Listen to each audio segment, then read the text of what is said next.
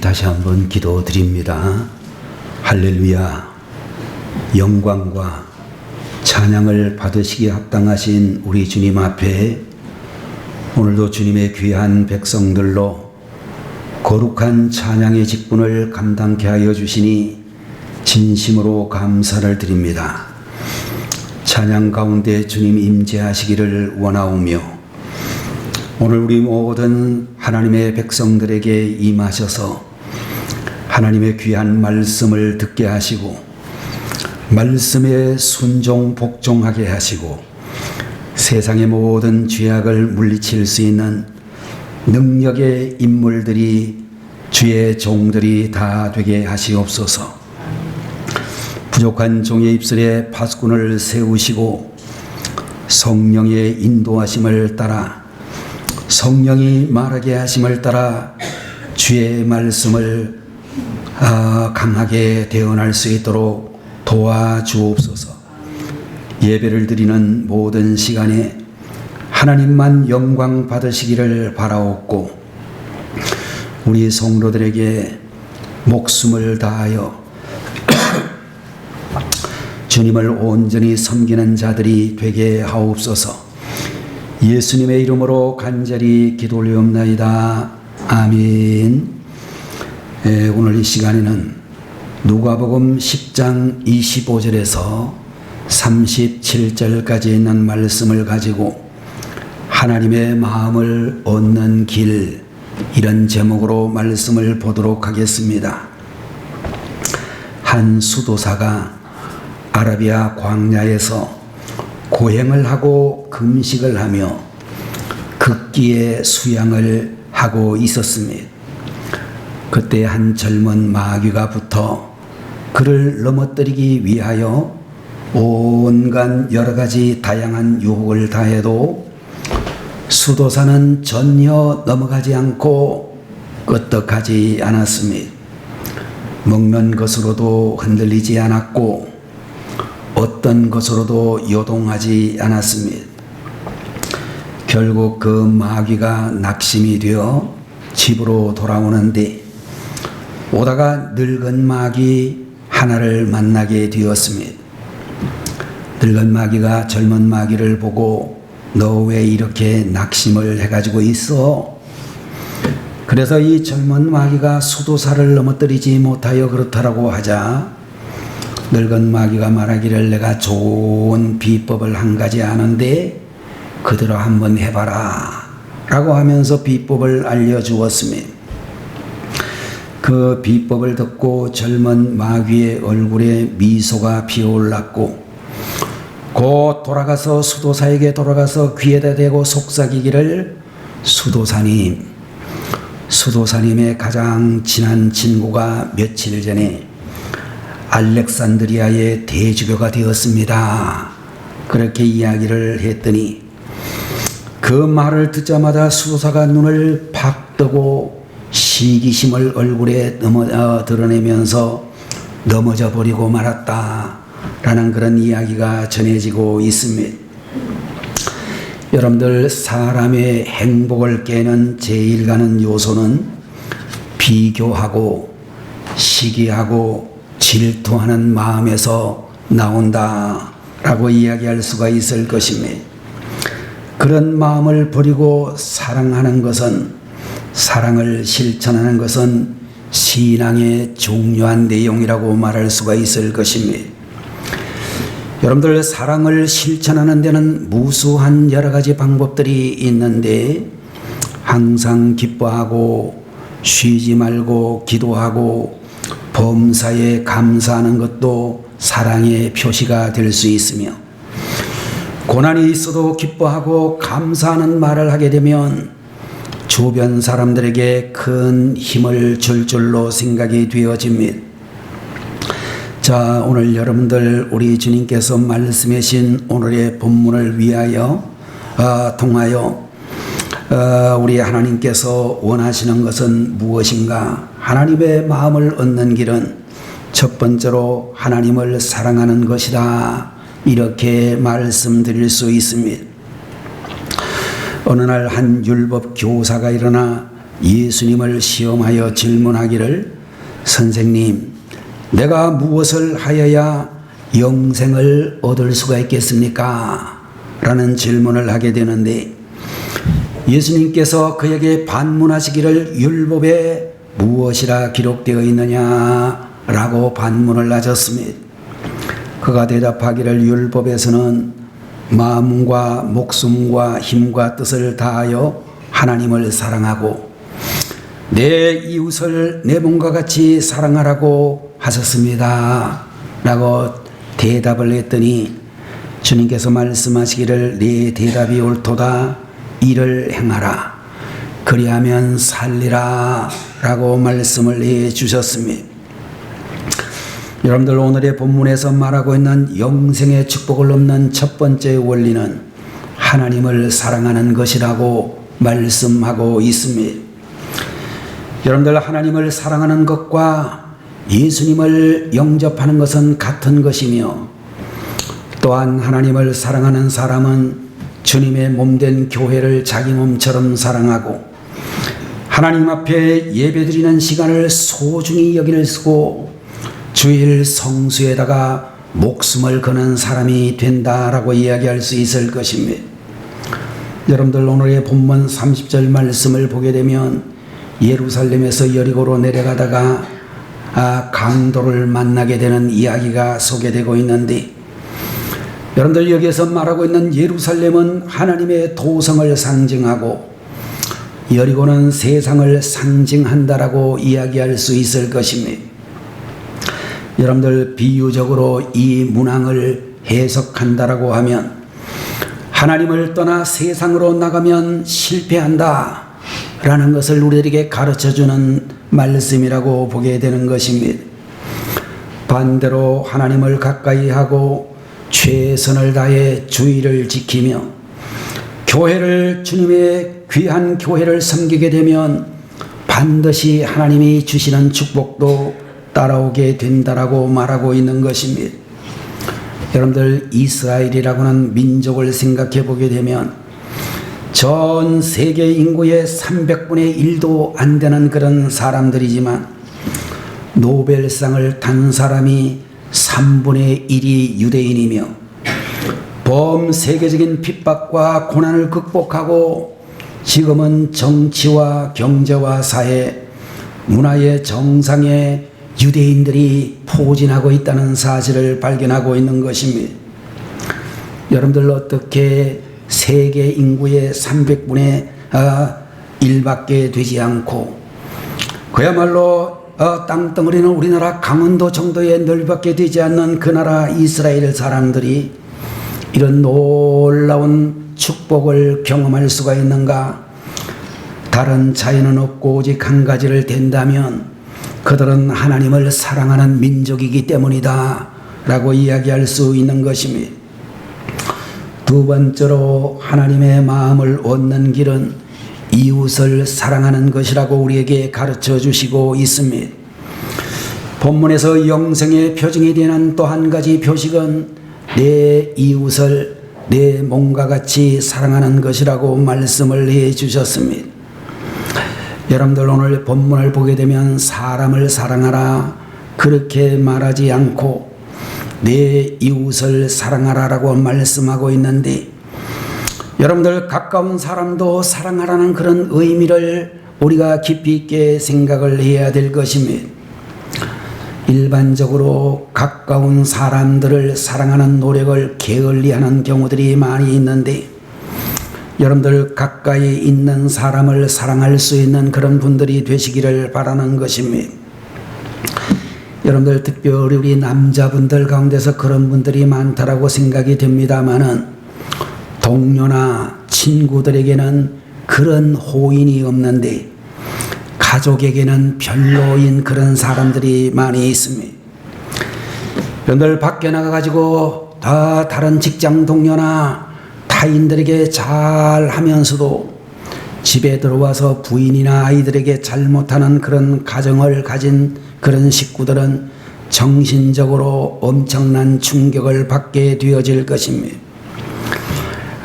여러분들, 그런 의미에서 가끔 만나는 남에게 좋은 사람으로 알려지는 것보다 매일 보는 가족들에게 먼저 좋은 사람으로 인식될 수 있는 그런 삶을 우리가 살아야 되겠다, 그렇게 생각이 되어지는 것입니다. 어떤 며느리는 시어머니를 모시고 매일매일 새벽 기도를 다니고 있는 분이 있었습니다. 어떤 며느리는 시어머니가 동서를 칭찬하면 맞아, 동서는 칭찬받을 만해 라고 말하는 분들도 있습니다. 여러분들, 진정한 이웃사랑은 자기를 십자가에 못 박고 시기심을 극복하며 가장 가까운 사람들부터 사랑하는 마음을 가지는 것입니다.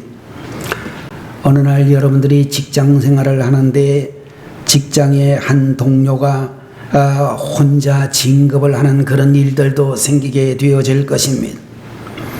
차라리 모르는 사람이 진급을 하면 괜찮은데 내가 가장 잘하는 사람이 나하고 똑같은 직무에서 오래 같이 일하는 그런 사람들이 진급을 하게 되면 여러분들, 우리도 자신도 모르게 열받는 경우가 상당히 많이 있을 것입니다. 그런 상황에서 이웃사랑은 말처럼 쉽지 않지만 우리는 그런 시기심을 극복하고 동료가 또 가까운 사람이 잘 되면 같이 좋아하고 축하해 줄 수 있는 여유 있는 그런 마음을 가져야 될 것입니다. 여러분들, 어디에 가든지 간에 화목하게 지낼 수가 있고 평안이 넘치게 되어지고 거기에서 하나님의 마음도 얻고 미래의 축복과 행복도 주어지게 된다는 원리를 깨달아야 되겠습니다. 세 번째로 하나님의 마음을 얻는다라고 하는 말은 사랑을 실천하는 것이다, 그렇게 이야기를 하고 있습니다. 오늘의 본문 28절 이하를 보게 되면 예수님께서는 율법 교사가 영생의 원리에 대하여 대답을 잘 하는 것을 보고 내 대답이 옳도다, 이를 행하라, 그러면 살리라, 이렇게 말씀을 해 주시고 있습니다. 여러분들, 사랑의 중요성을 내가 안다고 할지라도 여러분들, 우리는 그 사랑을 실천해야 된다라고 하는 말씀을 강조해 주시고 있는 것입니다. 우리가 잘 알고 있는 시 가운데 보면 종은 울릴 때까지 종이 아니다, 복은 감사할 때까지 복이 아니다, 사랑은 사랑할 때까지 사랑이 아니다 라고는 그런 시가 있다라고 하는데, 여러분들, 주님께서는 실천적인 사랑을 가르쳐 주시려고 본문에서 선한 사마리아인의 비유를 들려주신 줄 그렇게 믿습니다. 오늘 비유의 내용을 우리가 간단하게 다시 한번 회상하면, 어느 날 한 사람이 예루살렘에서 여리고로 내려가다가 강도를 만났는데, 그 강도는 그의 옷을 다 벗기고 그를 급한 죽인 그런 상태에 있었습니다. 제사장이 지나가면서 그를 보았지만 그냥 지나가 버렸고, 레위인도 그냥 지나쳤지만 사마리아 사람이 지나가다가 그를 불쌍히 여겨 가까이 가서 그를 치료해주고, 주막집에 들어가 하룻밤을 지새며 돌보고 다음날 떠나면서 주인에게 잘 돌봐달라고 부탁을 하고, 비용이 들면 그 비용까지도 돌아올 때에 추가로 부담하겠다라고 이야기를 했습니다.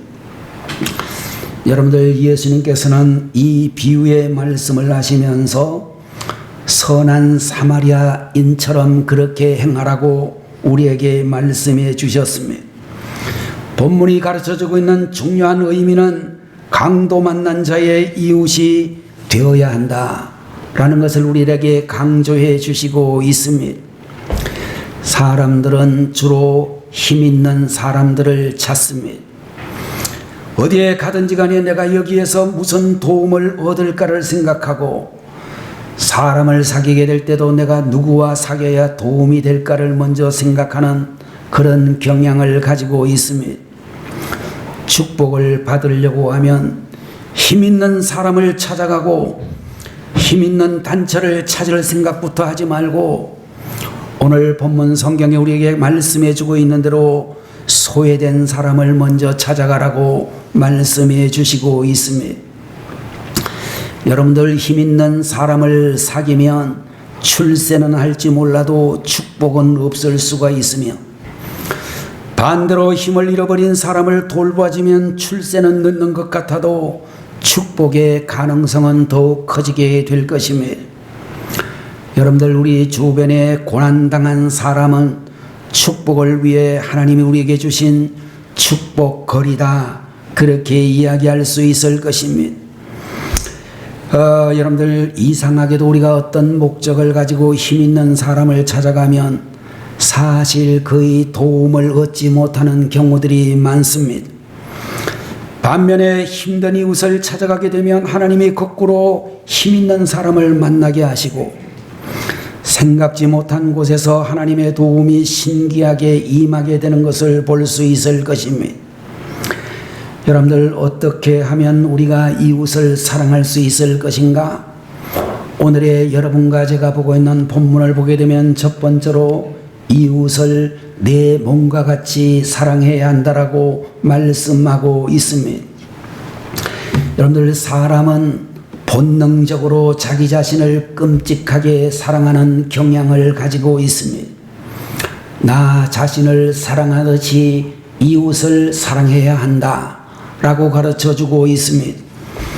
두 번째 방법은 편견을 가지고 구별하지 말아야 한다 라고 그렇게 이야기를 하고 있습니다. 여러분들, 우리가 세상을 살면서 학력이나 인종이나 지역이나 성별 등으로 편견을 가지지 말고, 또 한 번의 실수로 편견을 가져서 안 된다는 것을 우리에게 말씀해 주시고 있습니다. 본문 성경에 나타나고 있는 이 사마리아인들은 온갖 편견에 시달리고 차별받던 그런 사람이지만 그들은 선행을 베풀었다라고 이야기하고 있습니다. 여러분들 세 번째로는 충고하는 자가 되지 말고 돌보는 자가 되어야 한다라고 우리에게 가르쳐 주시고 있습니다. 본문에 나타나고 있는 제사장, 본문에 나타나고 있는 레위인, 이런 사람들은 아마도 말로 많은 사람들을 가르치는 율법학자들이었겠지만 죽는 사람을 보고서는 그냥 지나쳐 버렸다라고 말하고 있습니다. 반면에 사마리아인은 실제로 그를 치료하고 주막에 데리고 가서 돌봐주었다라고 말하고 있는데, 여러분들 말로만 가르치기보다는 실제로 돌봐주는 것이 훨씬 더 중요하다라고 말할 수 있을 것입니다. 여러분들 우리는 교회에도 마찬가지로 교역자가 된다든지 아니면 교회의 중직자가 되고 나면 다른 일반 성도들을 향해서 충고하는 입장에 설 때가 많이 있습니다. 그래서 여러분들 우리들은 이런 거는 하면 안 된다라고, 저런 것도 하면 안 된다라고 그렇게 이야기하는 분들 많습니다. 여러분들 믿음이 어린 사람들을 보고 이런 거 하면 안 되고 저런 거 하면 안 되고 충고 몇 번만 하면 그 사람은 그것을 고칠 수 있는 그런 사람이 되기보다는 오히려 시험이 크게 들어 신앙생활을 중단할 위험성이 대단히 높다라는 것을 우리들은 알아야 될 것입니다. 그래서 우리 성도님들은 될 수 있으면 믿음이 연약한 사람들에게는 충고하는 것을 좀 생각해 보아야 한다. 좀 신중하게 말할 수 있어야 된다 라고 그렇게 생각이 되어지는 것입니다.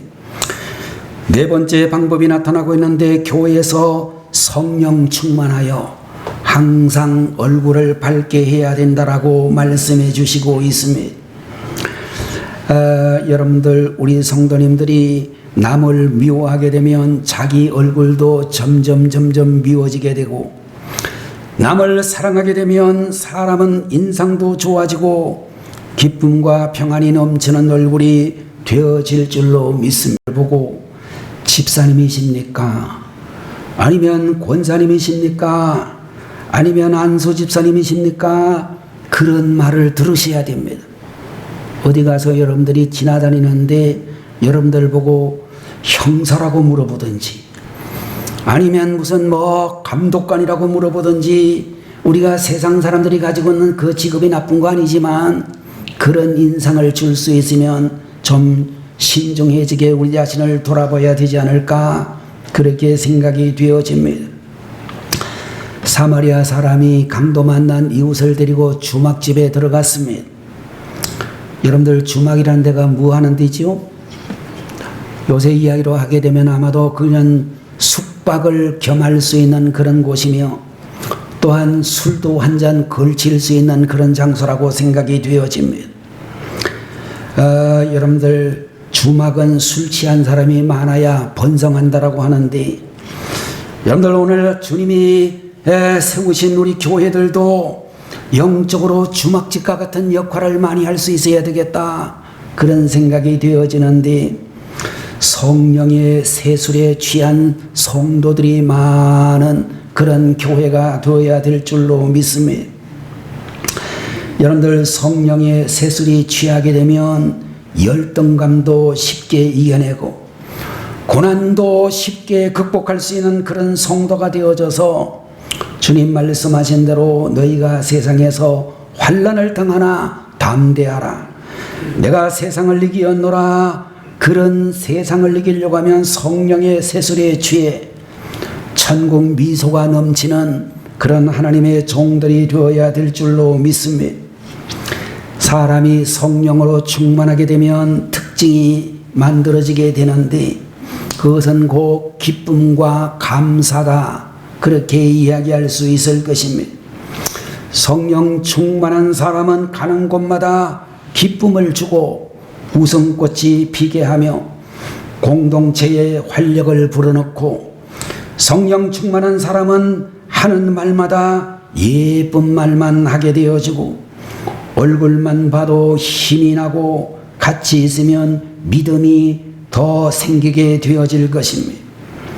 그런 사람은 건강의 복도 받고 사업의 복도 받을 것이며 전도하는 것도 쉽게 전도하는 그런 놀라운 정을 입게 되어질 줄로 분명히 믿는 것입니다. 여러분들, 우리가 성공을 하려고 하면 두 가지가 있어야 된다라고 하는데, 하나는 최고의 실력이 있어야 된다라고 생각을 할 수 있습니다.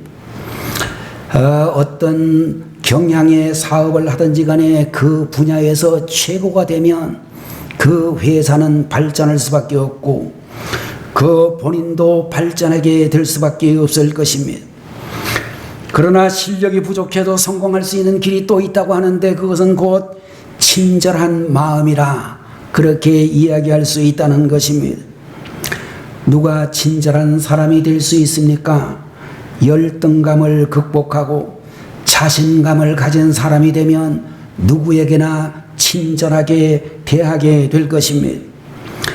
믿음이 있는 사람은 미래의 큰 그림을 그리기 때문에 사소한 말에 상처를 입지 아니하고 고난이 있어도 내일의 비전을 바라보면서 얼마든지 인내하면서 이겨낼 수 있는 그런 사람들이 될 수 있다라고 하는 것입니다.